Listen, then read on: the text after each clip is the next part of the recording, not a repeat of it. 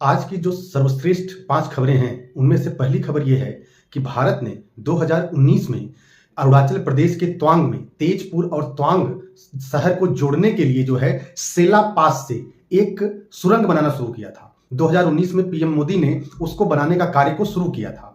आज उसका उद्घाटन जो है पीएम मोदी के द्वारा किया गया है। इसमें टनल तो एक है, सुरंग एक है, लेकिन इसमें कुल 3 सुरंगें बनाई गई हैं और इन सुरंगों में जो है कुल जो है 825 करोड़ रुपए खर्च हुए हैं। और इतना ही नहीं, यह समुद्र तल से 13,700 फीट की ऊंचाई पर यह सुरंगें बनाई गई हैं। पहली जो सुरंग है वह 980 मीटर की है और जो दूसरी सुरंग है वह 1555 मीटर की है। फिर इन दोनों सुरंगों को लिंक करने के लिए, जोड़ने के लिए एक तीसरी सुरंग बनाई गई है जो कि 1200 मीटर की है। इस तरह से 1962 में जब चाइना ने भारत पर आक्रमण किया था तो तवांग पर उसने कब्जा कर लिया था और भारत के पास ऐसा कोई रास्ता नहीं था कि वह जल्द से जल्द तवांग पहुंच सके।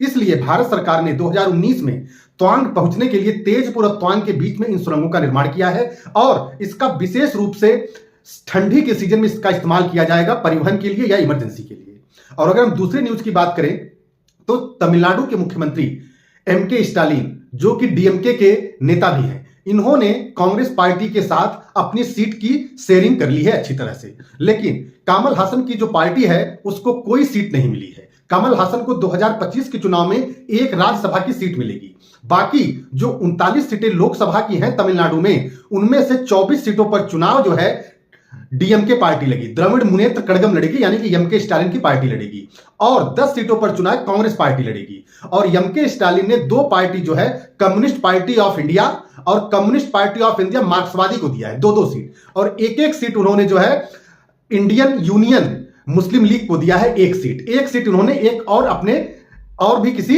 पार्टी को दिया है। तो इस तरह से 39 सीटों का बंटवारा बहुत अच्छी तरह से तमिलनाडु में एम.के. स्टालिन के नेतृत्व में हो चुका है। 2019 के लोकसभा चुनाव में भी जो गठबंधन था एम.के. स्टालिन और कांग्रेस पार्टी का, इन्होंने 39 में से 38 सीटें जीती थी, एक सीट केवल एनडीए के हाथ आई थी और वैसा ही प्रदर्शन फिर से एम.के. स्टालिन कांग्रेस के साथ मिलकर के दोहराना चाहते हैं।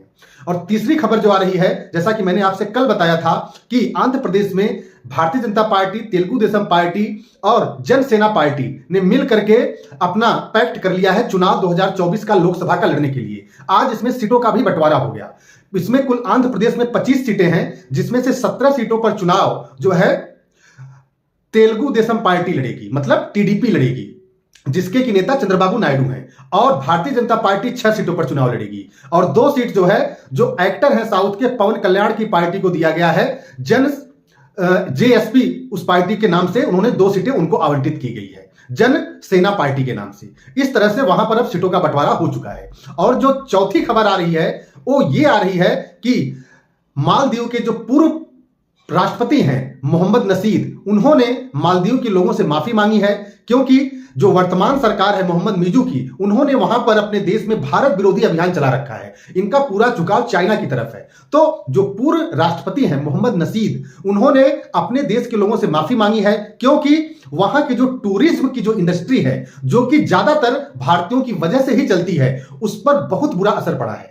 और मालदीव की जो पूरी अर्थव्यवस्था है वहां के टूरिज्म पर ही, पर्यटन पर ही डिपेंड रहता है वहां पर। तो इस वजह से बहुत बड़ा आर्थिक नुकसान आज की डेट में मालदीव का हो रहा है। लेकिन मोहम्मद मिजू, जो कि वर्तमान में वहां के राष्ट्रपति हैं, वो जब सत्ता में आए थे नवंबर 2023 के चुनाव में, तो उन्होंने आउट इंडिया का नारा देकर के आए थे। तो इस वजह से उन्हें प्रो चाइना, चाइना समर्थित नीति को अपनाना पड़ेगा और मोहम्मद नसीद जो है ये चीज अब माफी मांगते हुए फिर रहे हैं।